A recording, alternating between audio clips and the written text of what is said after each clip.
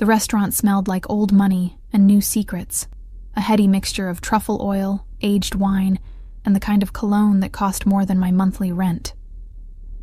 I balanced 3 plates on my left arm, the porcelain edges digging into my skin as I navigated between tables draped in white linen that probably cost more to clean than I made in a week. My feet ached in the cheap black flats I'd bought at a discount store, the soles so thin I could feel every crack in the marble floor beneath me.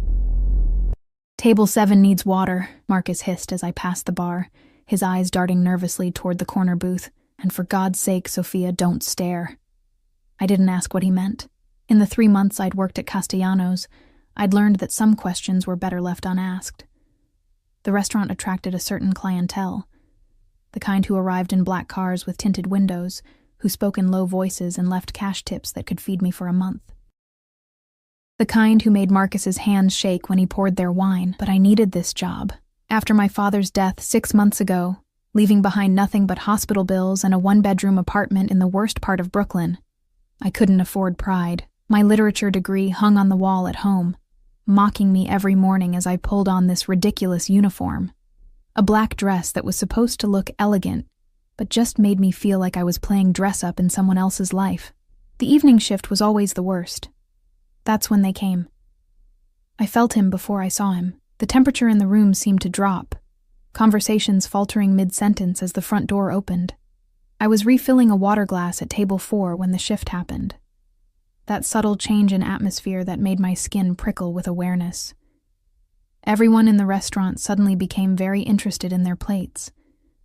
I glanced up, and my breath caught. He moved through the restaurant like he owned it, which, according to kitchen gossip, he probably did. Tall, easily over 6 feet, with dark hair swept back from a face that could have been carved from Carrara marble. His suit was charcoal gray, perfectly tailored to broad shoulders that suggested violence kept barely in check, but it was his eyes that trapped me. Dark, almost black, and utterly cold as they swept the room with the practiced ease of a predator assessing his territory. 2 men flanked him, built like refrigerators in expensive suits, their eyes constantly moving, cataloging exits and threats. One spoke into his wrist, and I realized with a start that he was wearing an earpiece. The maitre d' appeared from nowhere, nearly tripping over himself to escort them to the corner booth. The one that was always kept empty, even on our busiest nights, the one Marcus had warned me about. I turned back to my table, willing my hands to stop shaking as I poured water. This wasn't my business. I was just the waitress. Invisible to men like that. I would keep my head down, do my job, and... "Sophia." Marcus's voice was tight with panic. "Table 7. Now." My stomach dropped. "What?" "No, someone else can."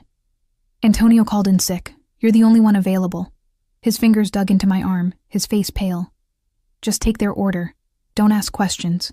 Don't make small talk. And whatever you do, don't what?" But Marcus was already pushing me forward. A leather-bound menu thrust into my trembling hands. The walk to table 7 felt like miles. I could feel eyes on me, not just his, but everyone's. The entire restaurant seemed to be holding its breath, watching to see what would happen to the foolish girl who'd drawn the short straw. Up close, he was even more devastating and terrifying. The scent of his cologne hit me first. Something dark and expensive, cedar and bergamot with an underlying note of danger. He sat with his back to the wall, one arm draped casually over the booth.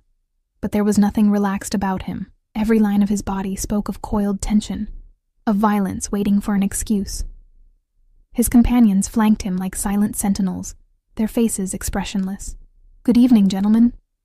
My voice came out steadier than I'd expected, though I couldn't quite meet his eyes. "My name is Sophia, and I'll be taking care of you tonight. Can I start you with something to drink?" Silence. I forced myself to look up and immediately wished I hadn't. Those black eyes were fixed on me with an intensity that made my skin burn. Not with attraction. Or not just attraction. There was curiosity there, and something else I couldn't name. Something that made me feel like a butterfly pinned to a board. "Sophia." He spoke my name like he was tasting it, his voice deep and accented. Italian, definitely, but smoothed by years of American business. An interesting choice. Greek wisdom for an Irish girl. I blinked. I'm actually half Italian, sir. My mother... I cut myself off, heat flooding my cheeks. Marcus had said no small talk.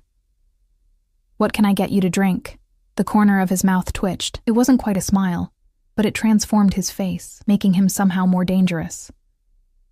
Half Italian. Then perhaps you can recommend something. What would you drink, Sophia, if you could afford anything on our menu? The question felt like a trap. One of his men, the one with a scar bisecting his left eyebrow, made a low sound that might have been a warning. But the man in the middle, the one who commanded the room without saying a word, simply waited, his dark eyes never leaving my face. I'm not really a wine person, sir. No? He leaned forward slightly, and I caught another wave of that cologne mixed with something else, leather and gunpowder and mint. What are you, then? I'm more of a coffee person, with lots of sugar. The words tumbled out before I could stop them, and I wanted to die. Here I was, standing in front of what was clearly a very dangerous, very powerful man, and I was babbling about coffee like an idiot. But instead of anger, something flickered in those dark eyes. Amusement, maybe, or interest. Coffee with lots of sugar. He repeated my words slowly, like he was memorizing them. A simple pleasure. Honest. He glanced at his companions. We'll have the Barolo, the 2015, and bring the lady coffee, with lots of sugar. Oh, no, I couldn't possibly. It wasn't a request. The words were soft, but they carried the weight of absolute authority. This was a man who didn't ask twice. I nodded quickly, making a note on my pad with trembling fingers. Of course. And for your meal? Whatever the chef recommends. He waved a hand dismissively, then paused. But first, I have a question for you, Sophia. Everything in me screamed to run, but my feet stayed rooted to the marble floor. Yes, sir? He leaned back, his fingers drumming once on the table, a heavy gold ring catching the light. You seem like an intelligent woman. Educated even. What's a girl like you doing working in a place like this? The question caught me off guard. It was too personal, too probing. And yet, there was genuine curiosity in his voice. I needed a job, I said simply. My father, he died. Medical bills. I had to drop out of my master's program. Something shifted in his expression. It was subtle. A slight softening around his eyes, a barely perceptible nod. Like he understood loss. Like maybe, underneath all that power and danger, he was human after all. I'm sorry for your loss. The words were formal, but they sounded sincere. What were you studying? Literature. Victorian novels, specifically. I immediately felt foolish. What did a man like this care about dead British writers? But again, that flicker of interest. Ah, stories of morality and society, good and evil. His smile was sharp. And what did those novels teach you, Sophia? About the world? That things are rarely as simple as they appear. I heard myself say. That the villains often think they're heroes. And that sometimes the people we're told to fear are just trying to survive, like everyone else. The silence that followed felt heavy, weighted with meaning I didn't understand. His companions exchanged glances. One leaned in, whispering something urgent in rapid Italian. But the man at the center, the one who commanded gravity itself, simply stared at me with those fathomless dark eyes.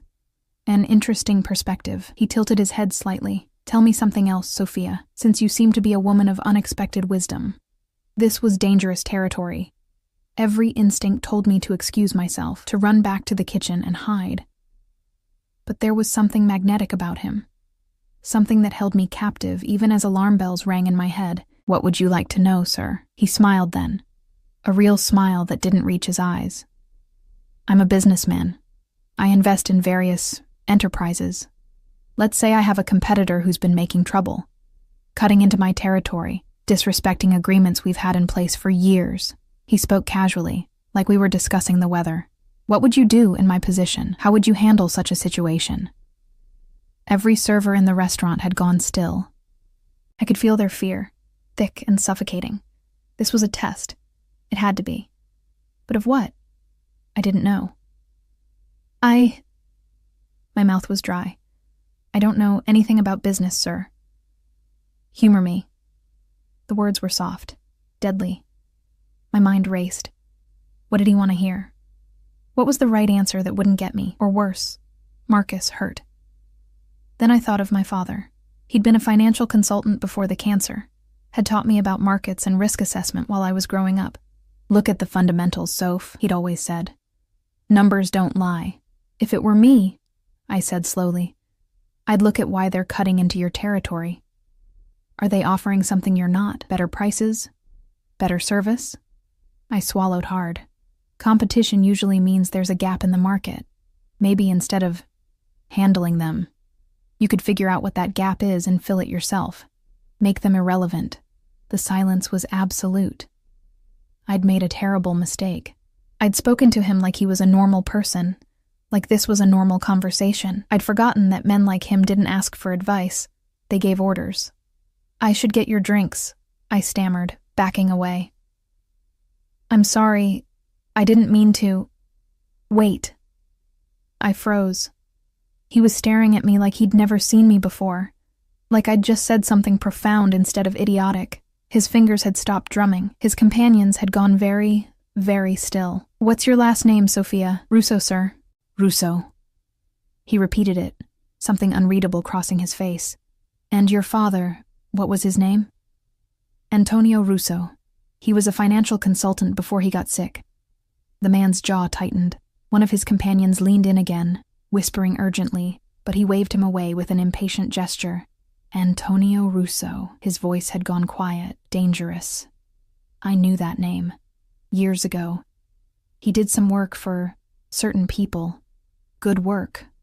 Honest work, in a business that rarely sees honesty. I didn't know what to say. My father had never talked much about his consulting clients, had always kept his work separate from his family. But now, standing here, I wondered what secrets he'd kept. I'll get those drinks, I managed, and this time he let me go. I practically ran to the bar, my heart hammering so hard I thought it might burst.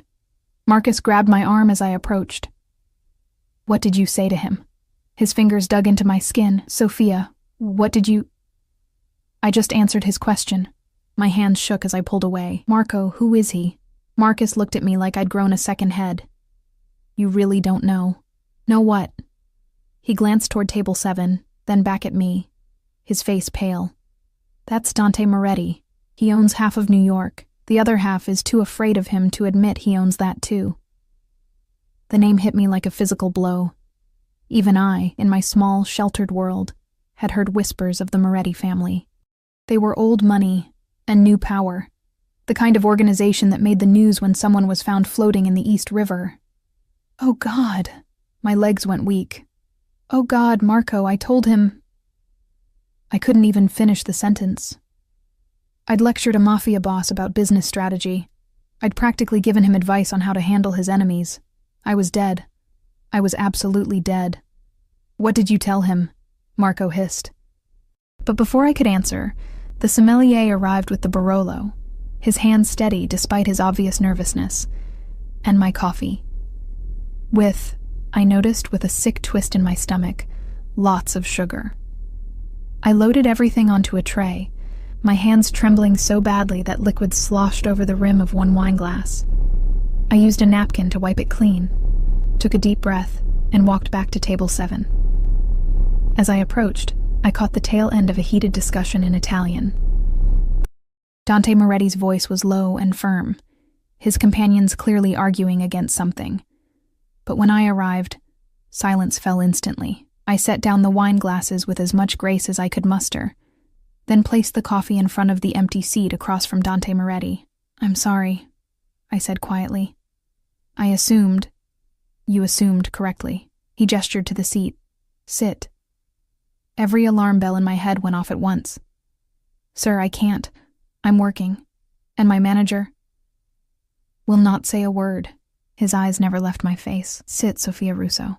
I want to discuss your financial advice. This was wrong. Everything about this was wrong, but saying no to Dante Moretti wasn't an option. I slid into the booth, the leather cold against my legs, this close. I could see details I'd missed before, the slight silver at his temples, the thin white scar along his jaw. the way his hands, for all their elegance, bore the calluses of someone who knew violence intimately. "You said something interesting," he began, his voice conversational but his eyes sharp. "About finding the gap in the market. About making competition irrelevant rather than destroying it outright." I wrapped my hands around the coffee cup, grateful for something to hold on to. "It was just a thought. I don't know anything about your actual business." "No," he agreed. "You don't, but sometimes the clearest perspective comes from outside, from someone who isn't entrenched in traditional methods." One of his men cleared his throat. "Boss, perhaps this conversation should wait until—" Dante raised one finger, just one. But it was enough. The man fell silent immediately. "Tell me more about your father's work, Sophia." It wasn't a request. "There's not much to tell. He worked with small businesses, mostly. Restaurants, shops. Helped them manage their finances, streamline their operations." I took a sip of coffee, buying time. "He always said that every business, no matter how big or small, operates on the same basic principles. Supply and demand, risk and reward, trust and reputation." "Trust and reputation," Dante repeated softly. "Yes, those are crucial commodities in my world." He fell silent, studying me with an intensity that made my skin feel too tight. I forced myself to meet his gaze, to not look away like a frightened rabbit, even though everything in me screamed to run. "I'm going to make you an offer, Sophia Russo." My blood turned to ice. "I don't need—" "You need money. I need perspective. You have an education rotting away while you serve drinks to people who don't see you. I have resources that could help you finish that degree. In exchange, you work for me, consultant, advisor, whatever title makes you comfortable." I can't. The words burst out of me. "Mr. Moretti, I appreciate the offer, but I can't work for someone like you. I don't know anything about what you do, and I don't want to know. I just want to save enough money to go back to school and live in that one-bedroom apartment in Brownsville where the locks don't work and your neighbor deals drugs through a hole in the wall." I went very still. "How do you know where I live?" His smile was thin. "I know everything about everyone in my city, Sophia. It's how I've survived this long, which is why I know that you walk home alone at midnight 3 nights a week, that you've been eating ramen for dinner because you can't afford anything else, and that you're exactly 2 months behind on your father's medical bills." Horror and anger warred in my chest. "You've been watching me? Information is currency." He shrugged, unconcerned by my obvious distress. "And you, Sophia Russo, are far more interesting than you realize. Your father did work for my father years ago. Good, honest work. He never asked questions, never tried to leverage his knowledge. When my father died, your father sent flowers. Not many people dared to show that kind of respect. I hadn't known. Dad had never mentioned any of this." "So yes," Dante continued, "I've been aware of Antonio Russo's daughter. And when I heard you'd taken a job here at my restaurant, I was curious." "This is your restaurant?" "I own many things, Sophia. This is just one of them." He leaned forward, his cologne washing over me. "And now I'm offering you a chance to own something too. Security, education, a future that doesn't involve worn-out shoes and men who don't see you." "And what would you own?" I shot back, surprising myself with my boldness. "What would you get out of this arrangement?" For the first time, something like approval flickered across his face. Honesty, fresh perspective. Someone who isn't afraid to tell me when I'm wrong, and Sophia, based on this conversation, I believe you would be brave enough to do exactly that. He paused. "And perhaps a chance to repay a debt to a good man who showed my family respect when few others did." It was a trap. It had to be. Men like Dante Moretti didn't make offers out of kindness or sentimentality. There was always an angle, always a price. But God help me. I was drowning in debt and desperation, and he was offering me a life raft. "I need to think about it," I whispered. "Of course." He reached into his jacket. I flinched involuntarily, and shame burned through me when I realized what I'd thought he was reaching for, and pulled out a business card. Heavy cardstock, simple black text, just a name and a phone number. "You have 3 days. Call me with your answer. I took the card with numb fingers, the paper feeling like it weighed 1,000 pounds. And Sophia? His voice dropped lower, more intimate. Don't run. Don't try to disappear. It won't work, and it will only make things complicated. It wasn't a threat. Not exactly. But the implication was clear. I nodded, not trusting my voice, and stood on shaking legs. As I walked away, I could feel his eyes on me, heavy as a physical touch. I made it to the bathroom before my legs gave out completely. I sat on the closed toilet lid, my head in my hands, trying to process what had just happened. 3 days. I had 3 days to decide if I was going to sell my soul to the devil, or if, maybe, I already had. I didn't sleep that night. The business card sat on my nightstand like a coiled snake, innocent white cardstock that somehow radiated menace in the darkness of my studio apartment. Every time I closed my eyes, I saw Dante Moretti's face. Those black eyes that seemed to see straight through me, that thin smile that promised both salvation and damnation. 3 days.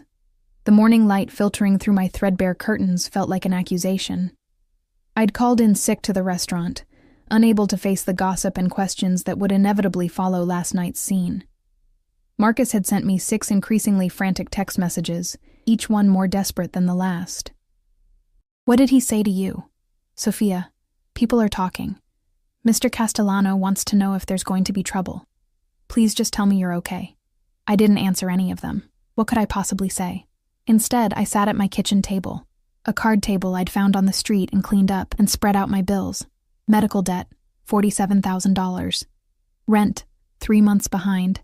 And my landlord had started leaving increasingly threatening notes under my door. Student loans, deferred. But the interest was compounding daily. Utilities. I'd been washing dishes in cold water for 2 weeks because I couldn't afford to fix the hot water heater. My father's life insurance had covered the funeral and nothing else. His consulting business had died with him, clients disappearing like smoke once word got out that Antonio Russo was gone. I picked up Dante's card, turning it over in my fingers. The paper was thick, expensive, quality. Just like everything else about him. You have an education rotting away while you serve drinks to people who don't see you. The words stung because they were true. I'd worked so hard for my bachelor's degree, had been accepted into one of the best master's programs in the city. Victorian literature had been my passion, my escape from a childhood spent watching my mother drink herself to death, and my father work himself into an early grave. I'd wanted to teach, to share my love of stories with students who might need them the same way I had, to prove that a girl from Brownsville could make something of herself. Instead, I was serving overpriced pasta to people who looked through me like I was furniture. My phone buzzed. Another text from Marcus, then one from an unknown number. The offer stands. 2 days remaining. DM. My hands shook as I stared at the message. He'd texted me. Dante Moretti, alleged Mafia boss, had my personal cell phone number and was texting me like we were casual acquaintances. The casual arrogance of it should have made me angry. Instead, I felt something else. Something that scared me more than his power or his reputation. Curiosity. What would it be like to work for someone like him? To have access to resources I couldn't even imagine? To finish my degree? To not wake up every morning with the weight of impossible debt crushing my chest?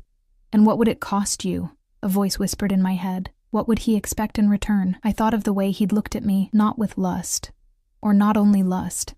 There had been something else in those dark eyes. Assessment. Calculation. Like I was a puzzle he wanted to solve. You're interesting, he'd said. Far more interesting than you realize. I didn't feel interesting. I felt tired and scared and backed into a corner with no good options. My phone buzzed again. This time it was my landlord. Last warning, Russo.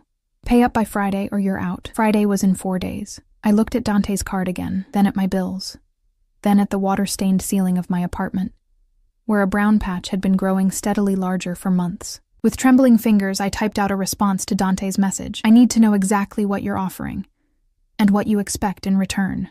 The reply came almost instantly, like he'd been waiting. Lunch, tomorrow, 1 p.m. I'll send a car. I can take the subway. No.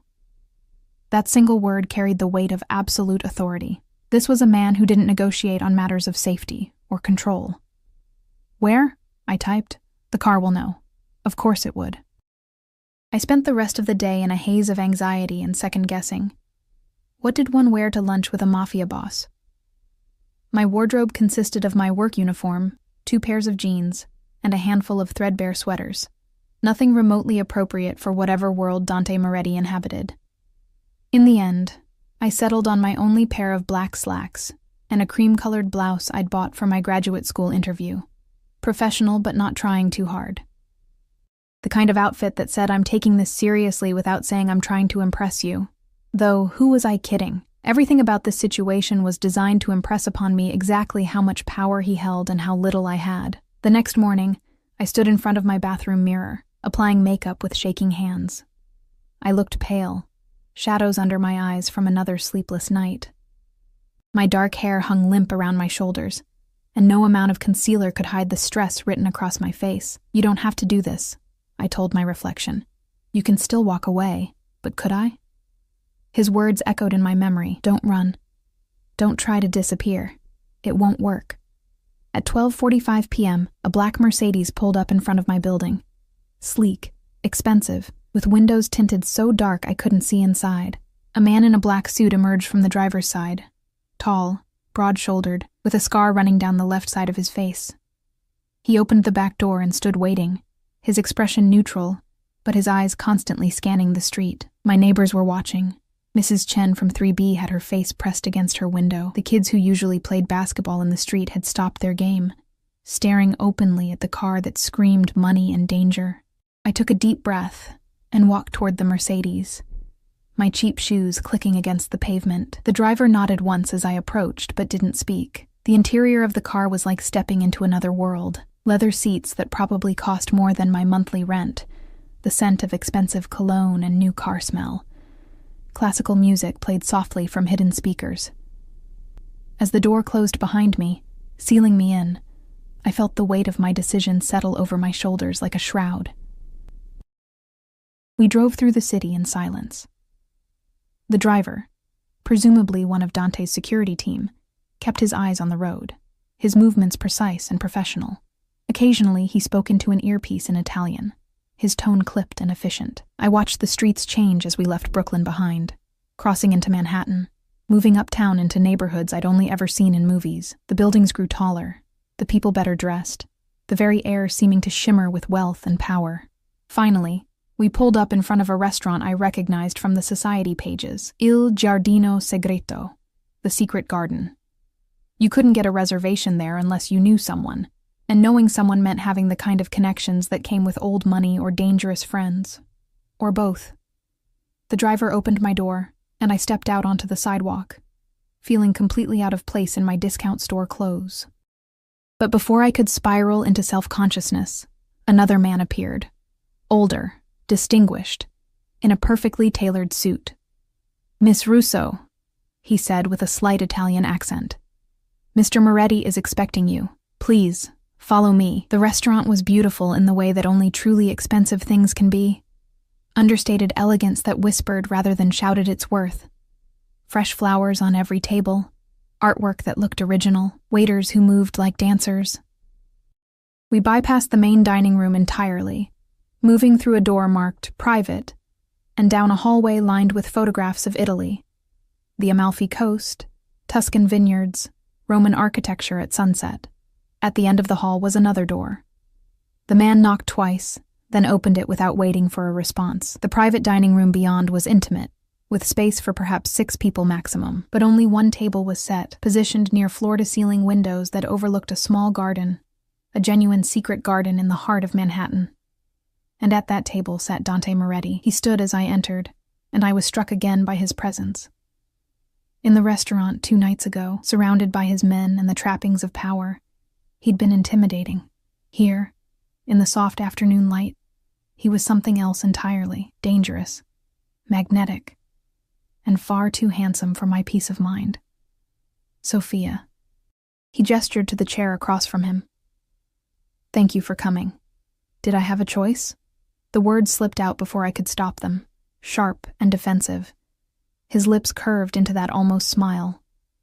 "You always have a choice," though I admit some choices are easier than others. I sat, hyper-aware of his eyes following my every movement. A waiter appeared instantly, pouring water and wine without being asked, then disappearing just as quickly. "I took the liberty of ordering for us," Dante said, his tone making it clear this wasn't an apology. "The chef here is Sicilian. He makes pasta the way my grandmother used to." "You had a grandmother who cooked?" I couldn't help the surprise in my voice. His expression shifted, something almost fond crossing his features. "Everyone has a grandmother, Sophia. Even men like me." He paused, then added quietly, "She died when I was 12, insisted on cooking Sunday dinner until the very end, even when she could barely stand." The glimpse of humanity caught me off guard. It was easier to think of him as a monster, as something other than human, but this memory of a grandmother who cooked even when dying, was devastatingly human. "I'm sorry," I said, and meant it. "Don't be. She lived well and died surrounded by family. There are worse endings." His eyes locked with mine. "Your father wasn't so lucky." The change in topic was deliberate, I realized. A reminder of why I was here, of what connected us beyond this strange negotiation. "No," I agreed quietly. "He died alone in a hospital room at 3 a.m. I was at work. I didn't make it in time." Dante's jaw tightened almost imperceptibly. "I read the report. Pancreatic cancer. Stage 4 by the time they caught it." "You read a report about my father's death?" The words came out sharper than intended, anger flaring hot in my chest. "I read reports about everything that concerns me. Your father's work for my family made him, and by extension you, a matter of concern." He leaned forward slightly. "But if you're asking whether I had someone dig into your personal tragedy for leverage, the answer is no. I already knew. I sent flowers to the funeral." I blinked, memories surfacing. There had been flowers. An enormous arrangement of white lilies with no card, just a single word. Rispetto. Respect. That was you? That was me. He picked up his wine glass, studying the deep red liquid. "Your father was a good man in a world that doesn't reward goodness. He had opportunities to betray confidences, to sell information to my family's enemies. He never did. That kind of integrity is rare, worth remembering." The food arrived then. Homemade pasta with a simple tomato sauce, crusty bread, a salad of bitter greens. It smelled like heaven and looked nothing like the pretentious dishes served in the main dining room. "Eat," Dante commanded gently. "Then we'll talk business." The pasta was perfect, al dente, the sauce rich with the sweetness of San Marzano tomatoes and fresh basil. I hadn't realized how hungry I was until the first bite hit my tongue, and then I had to force myself to eat slowly, to not shovel food into my mouth like a starving animal. Dante watched me with those dark, unreadable eyes, eating his own meal with the casual elegance of someone who'd never had to worry about where his next meal would come from. "You like it," he observed. Not a question. "It's wonderful," I admitted. "I haven't had real Italian food since—" I trailed off, the memory suddenly painful. My father used to make Sunday dinner. Nothing fancy, but he'd learned from his mother. She came over from Sicily in the 50s. "What did he make?" The question surprised me with its genuine interest. "Braciole. He'd spend hours on the sauce, rolling the meat just so. Said it wasn't about the recipe, but about the patience." I smiled despite myself. I never learned. I kept saying I'd have him teach me after I finished school. But there was no after, Dante said quietly. "No, there wasn't." We ate in silence for a few moments, and I found myself relaxing slightly. This felt almost normal. 2 people sharing a meal, talking about family and food. If I ignored the security outside the door, the obvious wealth surrounding us, the fact that I was having lunch with one of the most dangerous men in New York, it could have been pleasant. But I couldn't ignore those things. And Dante Moretti wasn't about to let me forget them. He set down his fork, dabbed his mouth with a linen napkin, and leaned back in his chair. The shift in his posture was subtle, but unmistakable. Business mode. "Let me be very clear about what I'm offering you, Sophia." His voice was calm, measured. The voice of a man used to negotiating deals worth millions. I want you to work as a financial consultant for my legitimate businesses. I own restaurants, real estate holdings, construction companies, import-export operations.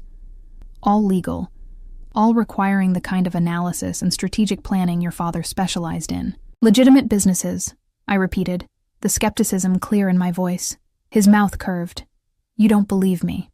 I believe that men in your position don't usually need to send armed guards to pick up their financial consultants. Touché. He inclined his head slightly, acknowledging the point. Let me rephrase. I own many businesses. Some of them are entirely legitimate and could benefit from fresh perspective. Those are the businesses you would work with. The rest, he shrugged. You would have no contact with, no knowledge of, and no responsibility for.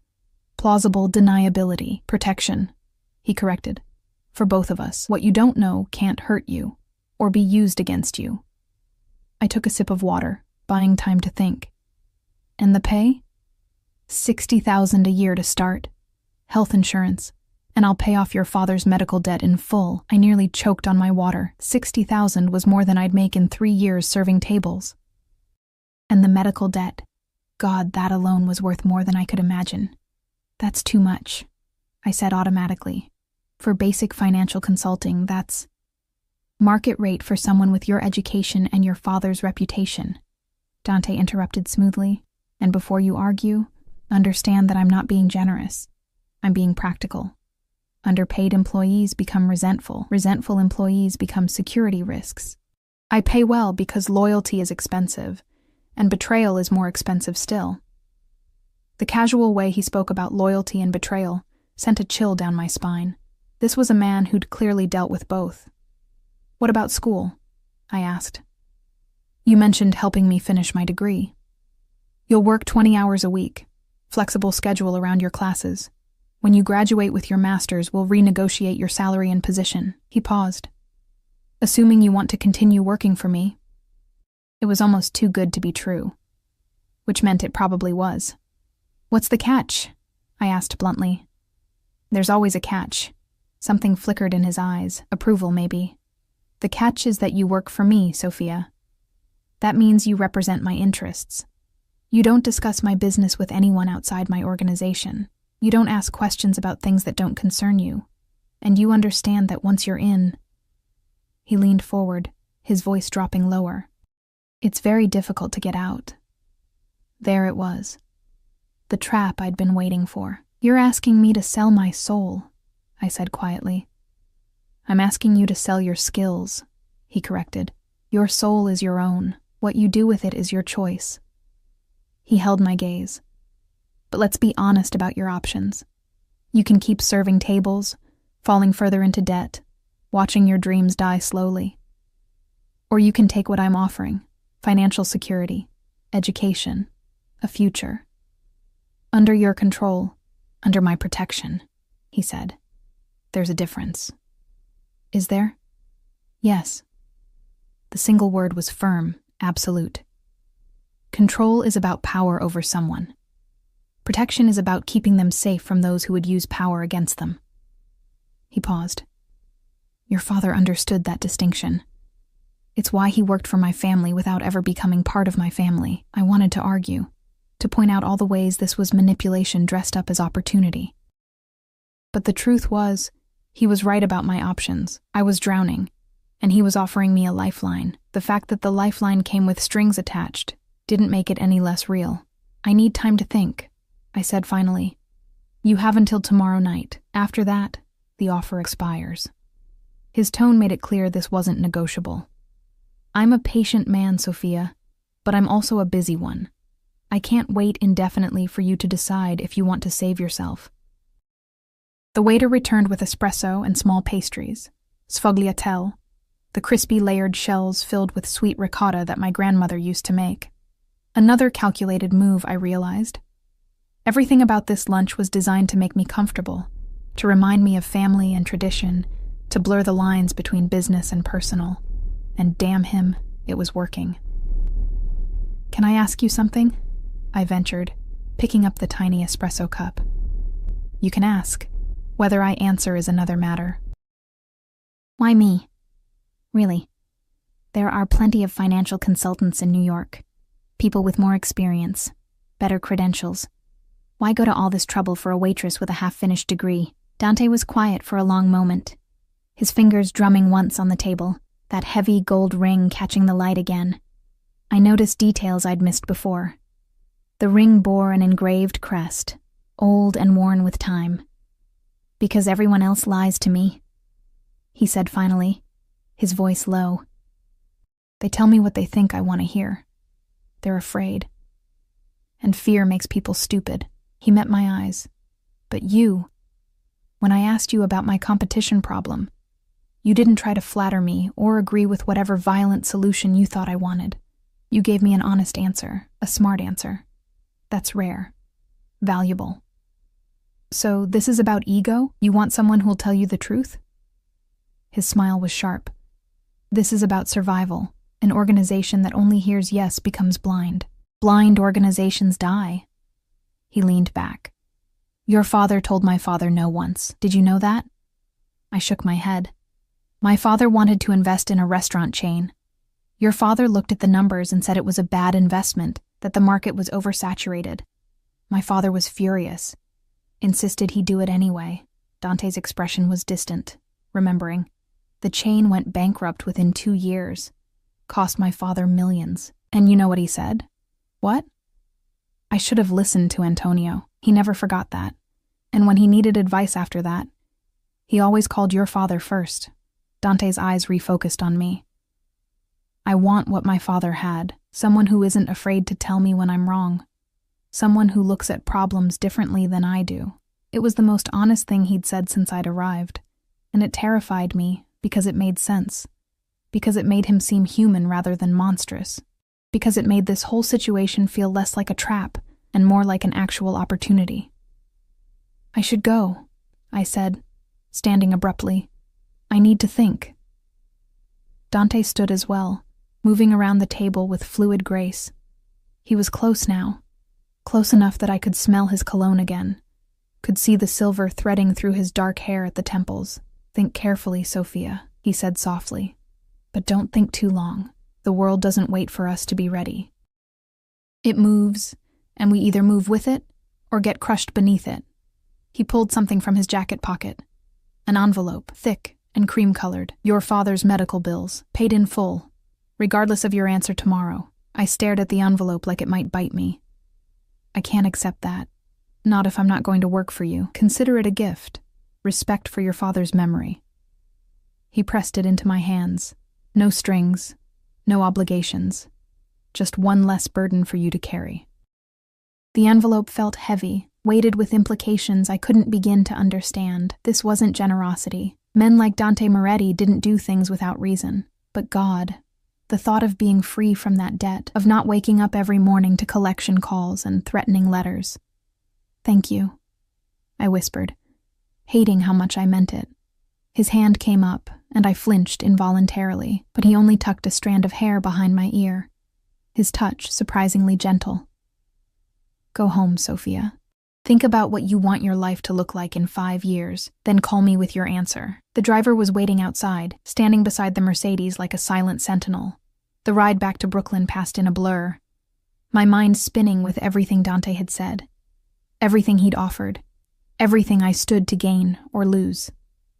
When I finally climbed the stairs to my apartment, I felt exhausted, wrung out, like I'd just survived an interrogation rather than a lunch. I opened the envelope. Inside were receipts marked paid in full for every medical bill. $47,000 gone with the stroke of a pen, and a handwritten note in elegant script. Your father would want you to be free. The choice is yours. DM. I sat on my second-hand couch and cried. I called him the next morning. The decision had come to me at 3 a.m., staring at my water-stained ceiling while sirens wailed somewhere in the distance, and my neighbor's bass thumped through the thin walls. I'd thought about my father, about the dreams he'd had for me, about the last conversation we'd had in that sterile hospital room. Don't waste your life being afraid, Soph, he'd whispered, his hand cold in mine. Take chances. Live big. This wasn't exactly what he'd meant, but it was a chance. and God knew my current life wasn't living big. It was barely living at all. Dante answered on the first ring, his voice alert despite the early hour. "Sophia." "I'll do it," I said before I could change my mind. "I'll work for you. But I have conditions." A pause. Then, "I'm listening. I want everything in writing. Contract, salary, job description. All of it legal and official." My voice was steadier than I felt. "And I want to start with a 6-month trial period.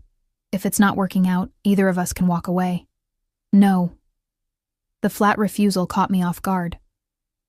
"What do you mean, no?" "I mean contracts can be subpoenaed. Written agreements become evidence. In my world, Sophia, a handshake is worth more than 1,000 pages of legal documents." His voice was firm, but not unkind. "As for walking away, once you're in, you're in. But I can promise you this. As long as you're loyal to me, I'll be loyal to you. That's worth more than any contract."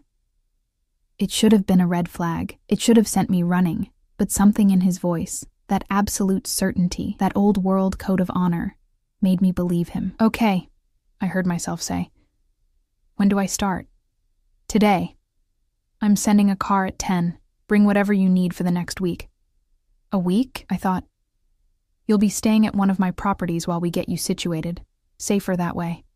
Before I could protest, he added, "Separate quarters, full privacy. But I need you close while you're learning the business." Every instinct screamed that this was moving too fast, that I was losing control of the situation. But what control had I ever really had? "Fine. 10 o'clock. "Sophia?" His voice softened slightly. "You made the right choice. I wasn't sure about that. But I'd made a choice, and that was something." The black Mercedes arrived precisely at 10, this time driven by a different man, younger, with kind eyes and a professional demeanor that somehow felt less threatening than the scarred driver from yesterday. "Miss Russo, I'm Marco. I'll be your primary driver while you're working for Mr. Moretti." He took my battered duffel bag, everything I owned fit into one bag, which was depressing, and held open the car door. "Mr. Moretti asked me to assure you that you're safe. Nothing will happen to you under our protection." It was meant to be comforting. Instead, it reminded me that I was now someone who needed protection. We drove north, out of Brooklyn, through Manhattan and into Westchester County. The landscape changed gradually. Concrete giving way to trees, cramped buildings replaced by sprawling estates hidden behind stone walls and iron gates. Finally, we turned onto a private road that wound through manicured grounds before ending at a house that made my breath catch. It wasn't a house. It was a mansion. All stone and glass, modern architecture blending seamlessly with classical Italian design. Gardens stretched in every direction, and I could see a pool glittering in the distance. "This is where I'm staying?" My voice came out as a squeak. Marco smiled. "The guest house, actually. This is Mr. Moretti's private residence." Of course it was. The guest house turned out to be a small cottage near the back of the property. Small, being relative, since it was still bigger than any apartment I'd ever lived in. 2 bedrooms, a full kitchen, a living room with windows overlooking a rose garden. "Mr. Moretti will send for you this afternoon," Marco said, setting my bag inside. "Make yourself comfortable. If you need anything, there's a phone in the kitchen. Just dial 0. Then I was alone. I spent the next hour exploring the space, running my fingers over furniture that was worth more than everything I'd ever owned combined. The bathroom had a tub big enough to swim in, heated floors, and about a dozen towels so soft they felt like clouds. The closet held clothes, my size exactly. I pulled out a simple black dress, well made but professional. Then a pair of slacks and several blouses, all expensive, all perfect, all somehow exactly my style. He'd planned this. Down to the last detail, Dante Moretti had planned my life. The thought should have terrified me. Instead, I felt something else. A strange mixture of relief and resentment. Relief that someone was taking care of things, making decisions. Resentment that I'd given up the right to make those decisions myself. At 2 o'clock, Marco returned to escort me to the main house. If the exterior was impressive, the interior was breathtaking. Marble floors, vaulted ceilings, artwork that looked like it belonged in museums. But despite the obvious wealth, there was a warmth to the space. Family photographs on the mantle, fresh flowers in every room, signs of actual life rather than just expensive decoration. Marco led me to a study on the second floor, knocked twice, and opened the door. Dante sat behind a massive mahogany desk.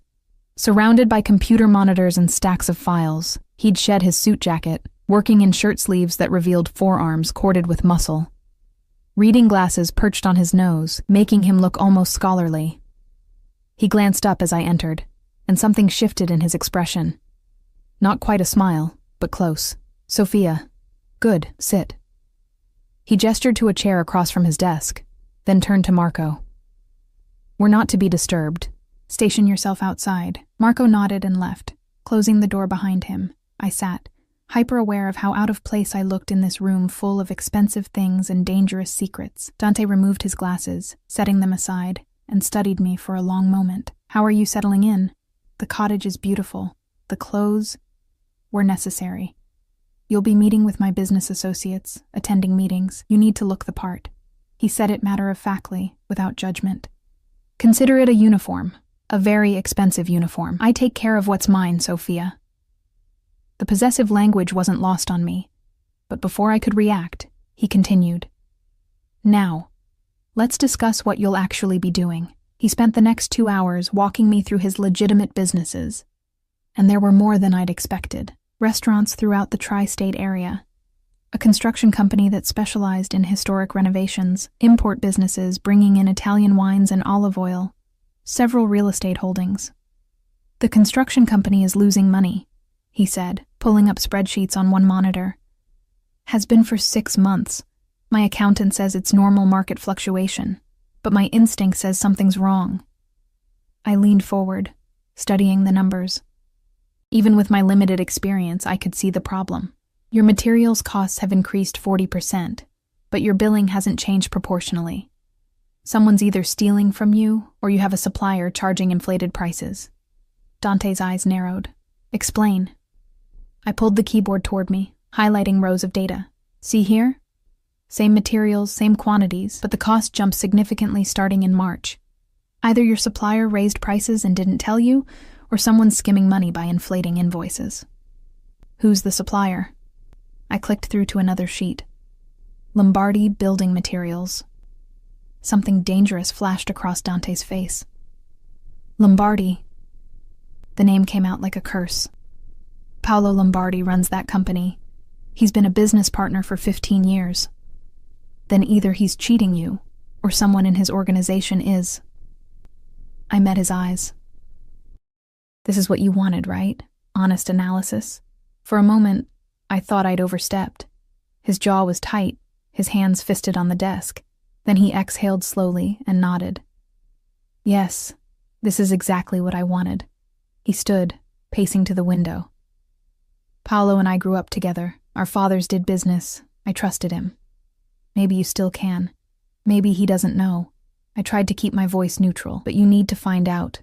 He turned back to me, and the look in his eyes made my breath catch. It wasn't anger. It was something more complex, respect mixed with something darker, something almost predatory. "You're good at this," he said quietly. "Better than you realize.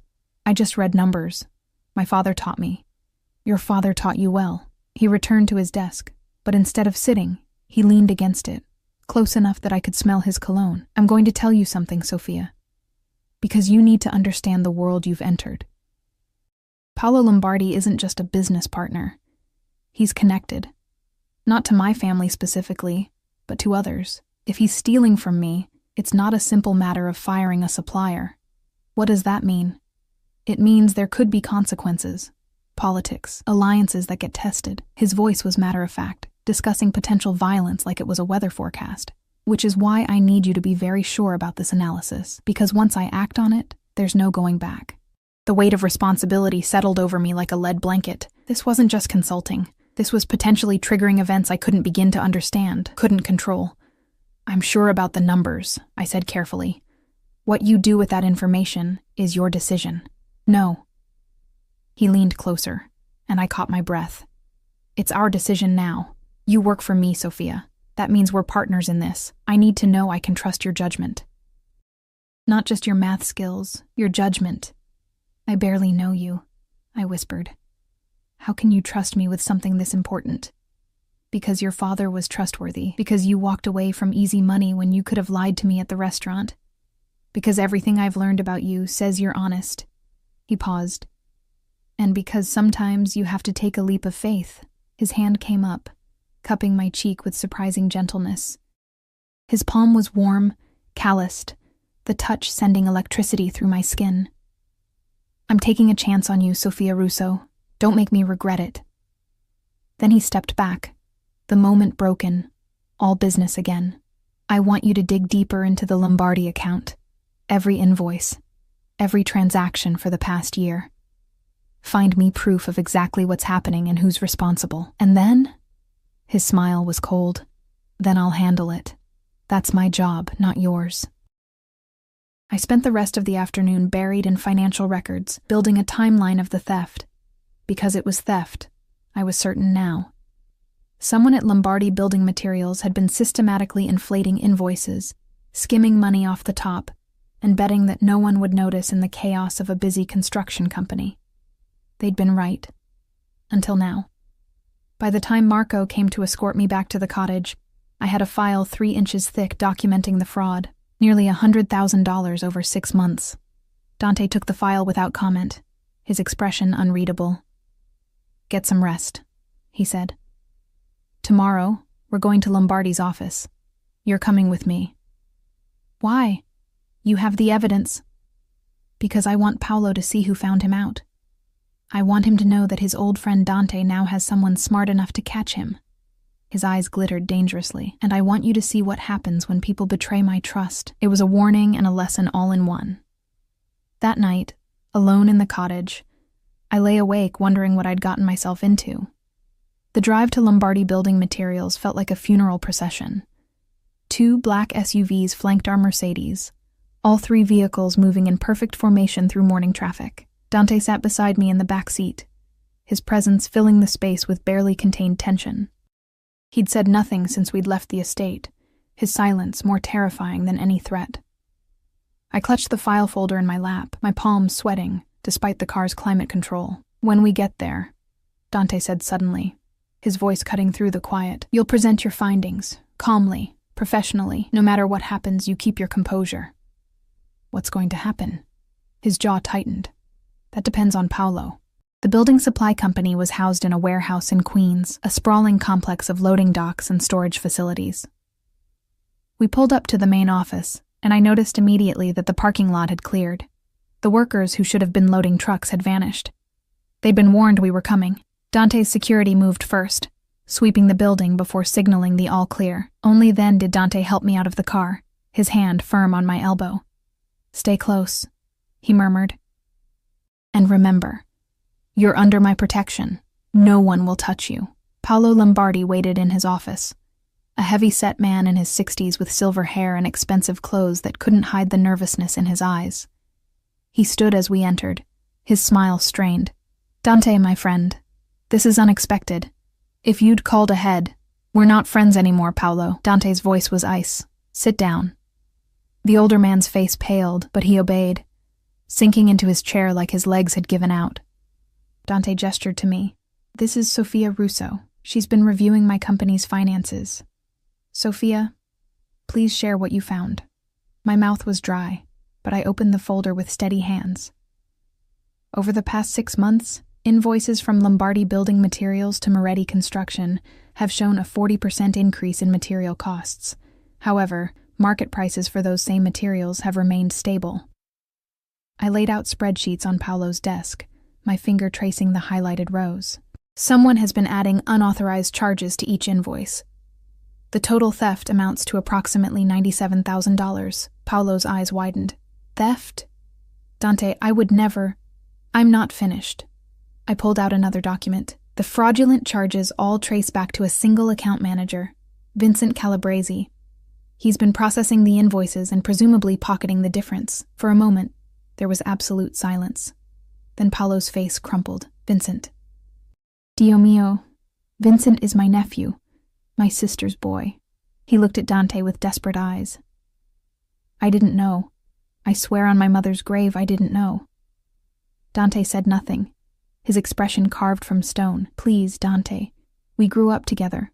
Our fathers are dead, Paulo, and they'd be ashamed of what's happened here. Dante leaned forward, his voice deadly quiet.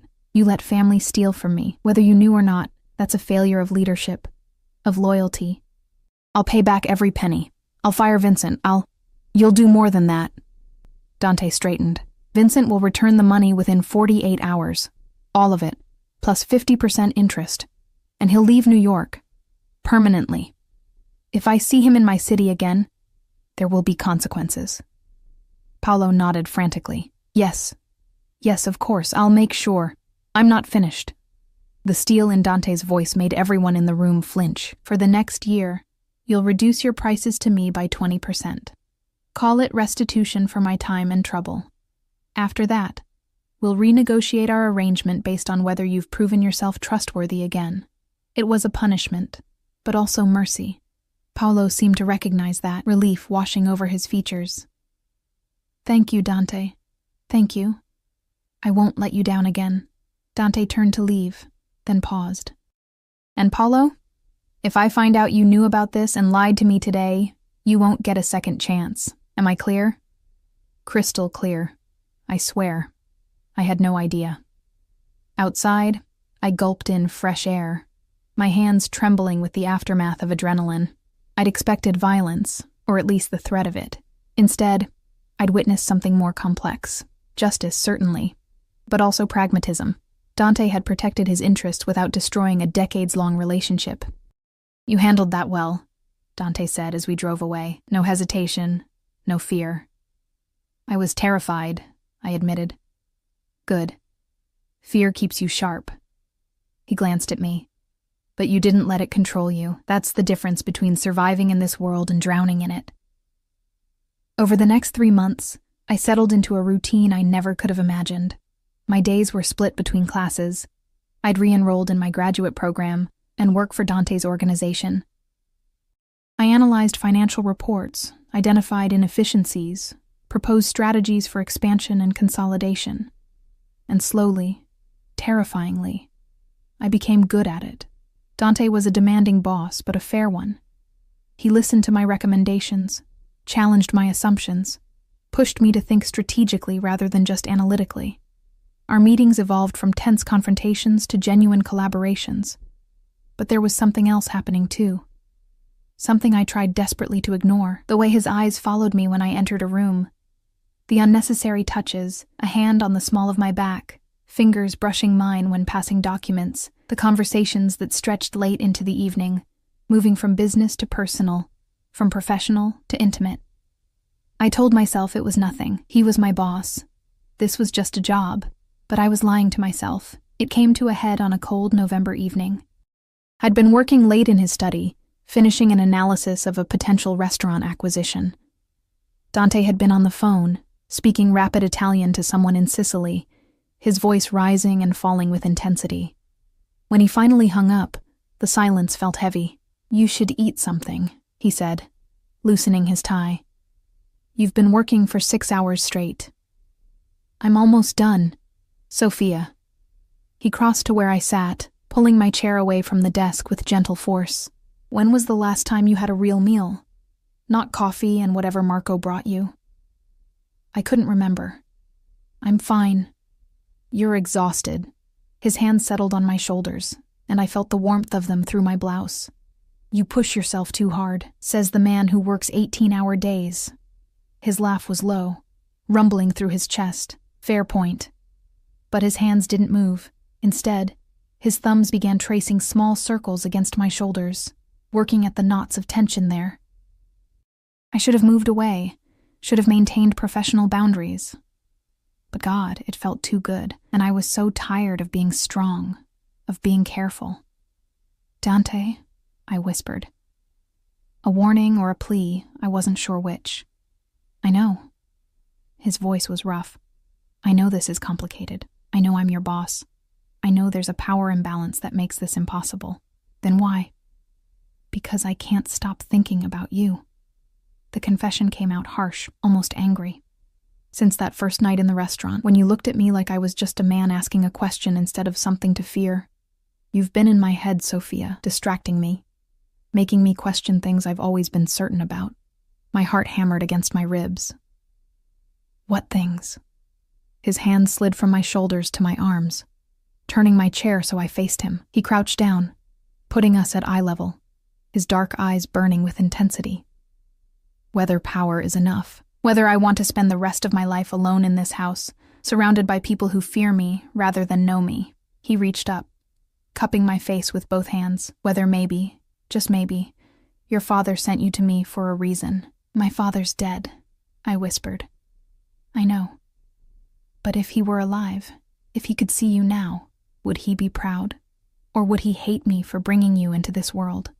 The question caught me off guard with its vulnerability.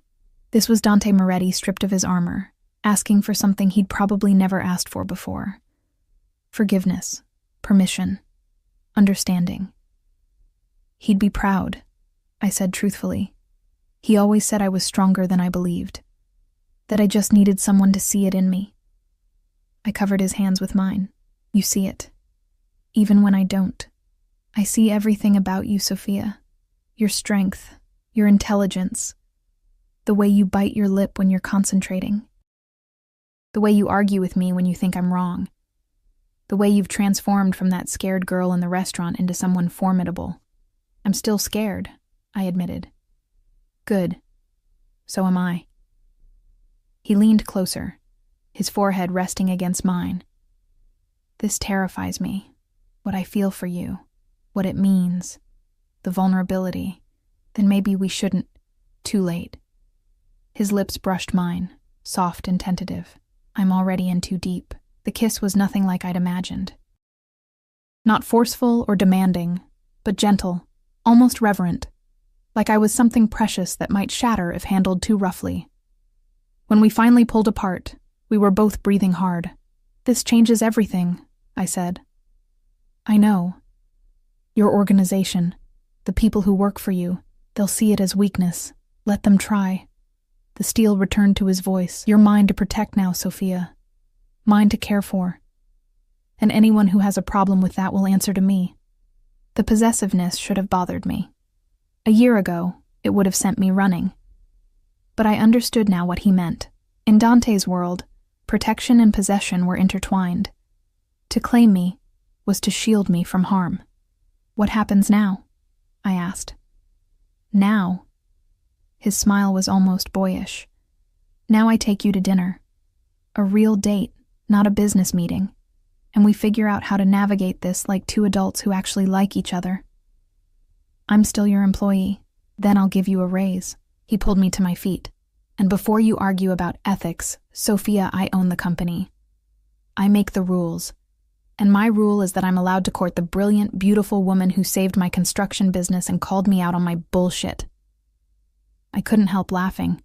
Court? Who says court anymore? I do. Because you deserve courting. Romance. All the things women want and men like me rarely provide. His expression turned serious. I can't promise you a normal life. There will always be danger. Always be complications. But I can promise you honesty, loyalty. Everything I have. Everything I am. It's yours if you want it. It was the most honest proposal. Of what? I wasn't sure yet. I'd ever heard. Okay, I whispered. Okay, take me to dinner, Dante Moretti. Let's see where this goes. His smile could have lit up the entire city. 6 months later, I defended my master's thesis on Victorian literature's influence on modern romance narratives. Dante sat in the back row, looking completely out of place in his expensive suit among the academics and students, but refusing to miss it. When I finished, when the committee congratulated me on an excellent defense, I looked back and found him watching me with naked pride. That night, he proposed. Actually proposed, with a ring that had belonged to his grandmother, the one who'd cooked Sunday dinners until she couldn't stand. Marry me, he said. No preamble, no flowery speech, not because I own you or control you, but because I love you, because you make me better, because I want to spend the rest of my life being challenged and questioned and occasionally lectured about financial inefficiency. I laughed through tears. That's the worst proposal I've ever heard. Then let me try again. He pulled me close, his voice soft. Sophia Russo, you walked into my life by accident and became my purpose. You see me, really see me, and you don't flinch. You argue with me when I'm wrong and support me when I'm right. You're brilliant and brave, and everything I never knew I needed. Please, for the love of God, say you'll marry me. Yes, I whispered. Yes, I'll marry you. We married 6 months later in a small ceremony in the garden where we'd had that first lunch. No mob spectacle, no huge wedding, just family. Both his blood family and the extended family of his organization, and the few friends I'd maintained from my old life. My father wasn't there to walk me down the aisle, but I felt him anyway, felt his approval in the warm breeze, in the scent of the roses he'd loved. Take chances, Soph. Live big. I had, and God help me. I'd never been happier. Dante wasn't perfect. His world wasn't safe or simple. There were still dangers, still complications, still moments when I questioned the life I'd chosen. But every night I came home to a man who valued my mind as much as my heart, who asked my opinion on business decisions and actually listened, who'd kept his promise of loyalty and protection. And every morning, I woke up next to someone who saw me, really saw me, and loved what he found. I'd come to that restaurant a broken, desperate girl serving drinks to people who didn't see her. I'd left as a woman who'd found her strength, her voice, and against all odds, her future. Sometimes the right choice is the terrifying one. Sometimes salvation comes from the most unexpected places. And sometimes, just sometimes, the dangerous man in the corner booth turns out to be exactly what you needed all along.